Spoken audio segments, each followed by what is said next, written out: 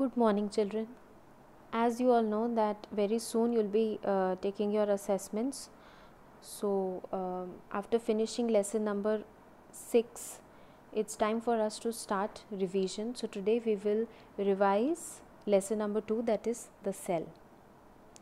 Now before proceeding towards the lesson and before discussing with you all the scope of syllabus, there are few things regarding this chapter that you should bear in your mind. The small facts that you must know.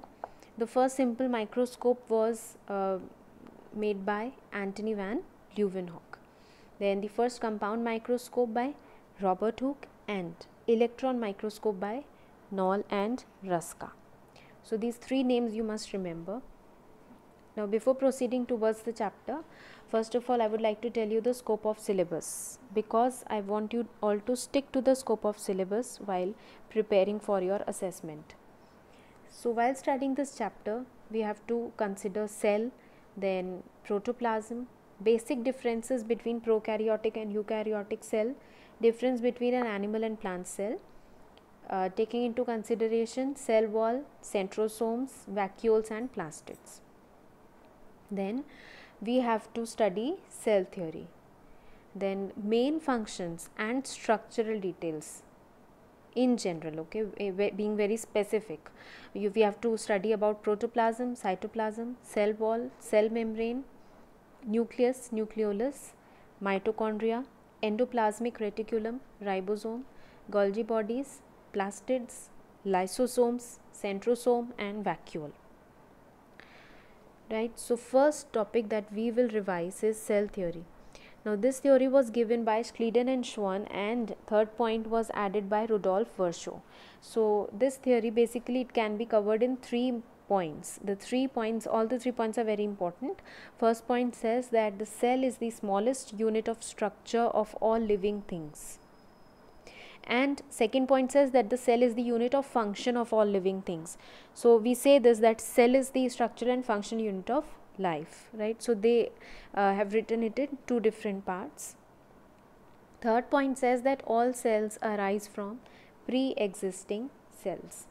That is true. So these 3 points, they constitute cell theory. Now it is said that smaller the cell, more efficient it is.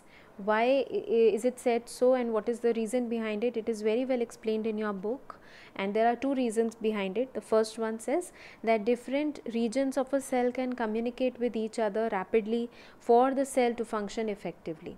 So if the cell is smaller in size, the communication can be more rapid, and it also allows nucleus to have better control of all the metabolic activities. Second point says cells have large surface areas to volume ratio for greater diffusion of substances. Now this allows a quick exchange of all the materials. So when the cell is smaller in size, the nucleus can coordinate or control the activities properly, communication is more rapid, and quick exchange of materials can take place. That is why we can say that smaller cells show greater efficiency. Now depending upon the external pressure and the type of function that a cell has to perform, cells have different shapes. You consider any 2 types of cell. For example, if we consider a red blood cell and a neuron, we will find that structurally they are very different, and that is because of the different function that they perform. Now this diagram, a generalized plant and animal cell, you will find in your book on page number 11. Here on this page you see that it's written that a generalized cell consists of 3 essential parts: cell membrane or a plasma membrane, nucleus and cytoplasm. Plus you can see different cell organelles. Now if I say that what is a cell organelle, then cell organelle is actually a part of the cell that performs specific functions. Part of a cell that performs specific functions. Right, so they have a definite shape, a definite structure, and they have a definite function to perform. Cell membrane and cell wall. Cell membrane or a plasma membrane, it is a living membrane and it has many pores. Now the pores they allow selective permeability, that is, it allows certain materials to move inside. Okay, so the pores, it is porous, but at the same time it is selectively permeable. It will not allow all, but it will allow certain material to move inside. Then it is composed of lipoproteins. Okay, so it will have lipid and protein.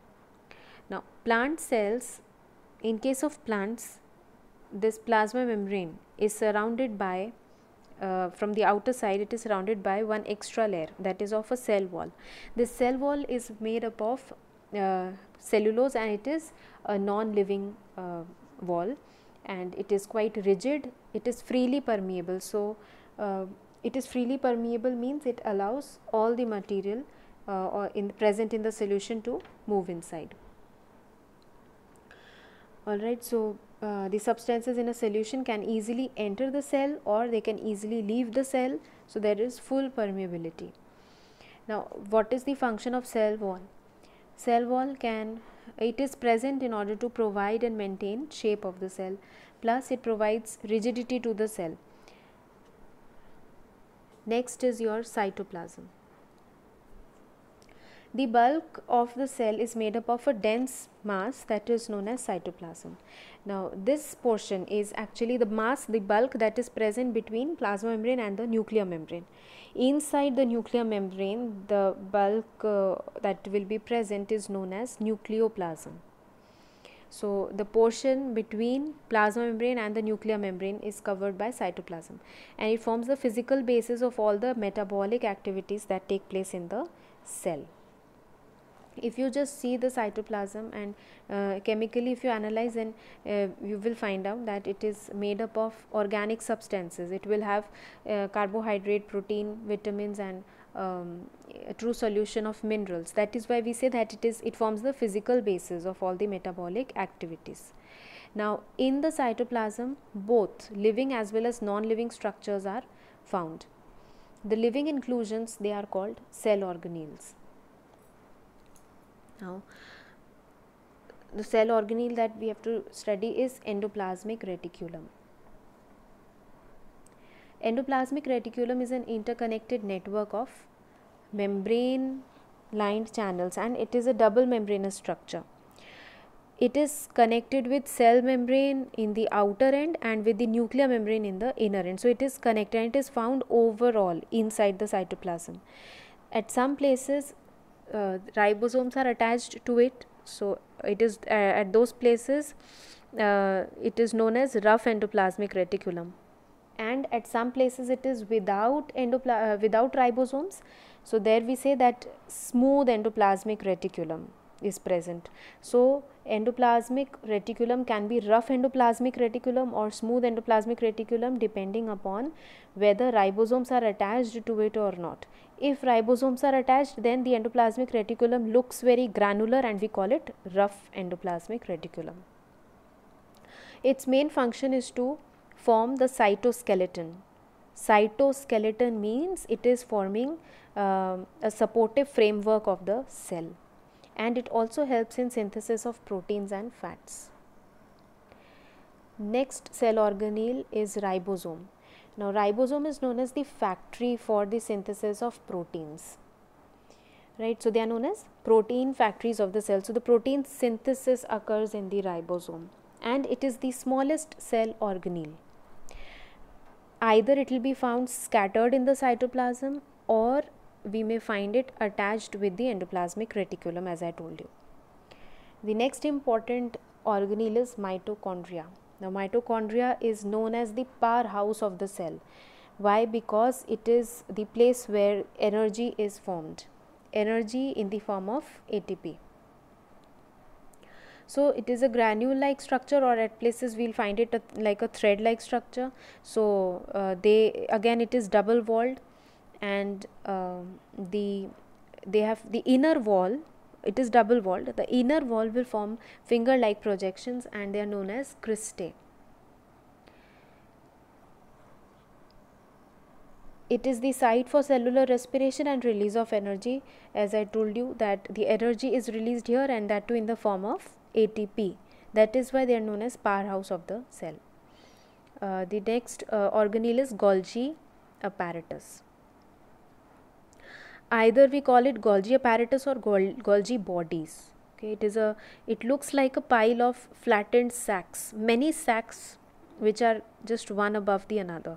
So they are stacks of many sacs. Now in plants they are distributed throughout the cytoplasm, and in plants they have a different name, that is dictyosome. Their main function is synthesis and secretion of hormones and enzymes, and formation of acrosome of sperm in animals. Now if you see the structure of sperm in animals, there it has different parts. It will have the initial part is the acrosome, then there is a head, then a nucleus and a tail. So the initial part, okay, the acrosome part is formed with the help of Golgi complex or Golgi body. Then lysosomes. Now lysosomes, they are known as the suicide bags of the cell. Why? Because if it is a small vesicle, inside you will find digestive enzymes. Those enzymes, they have the ability to destroy and digest foreign substances around them. Plus, if a cell becomes old or it is injured, then also the cell organelles can be easily digested by those enzymes. Now since lysosomes have the ability to digest all the other cell organelles present, that is why they are known as suicide bags. Then centrosome. Now centrosome is present in animal cells only. So one more major difference here we find out between plant cell and animal cell. The first difference was that presence of cell wall in case of plant cell. Second one is absence of centrosome in plant cell. One more difference we have studied, that is in plant cells, Golgi bodies, they are scattered all over and known as dictyosomes. Right, now centrosome is made up of two perpendicular centrioles. Okay, so it contains two microcylindrical bodies called centrioles. Together it is constituting a centrosome, present only in animal body, and you have to remember its function most importantly, that is it is responsible for cell division.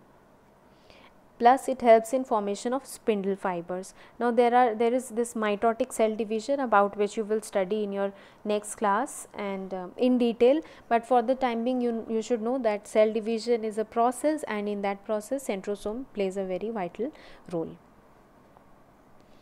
This question, children, I have given it to you, please do it. Try to solve it, because diagram based questions will be asked in the assessment, plus diagram based questions will be asked in your half yearly exam. Here in this diagram, this is a structure of a cell. For your convenience, I have already marked the parts. The first part of the question says name the parts 1, 2, 3, 4.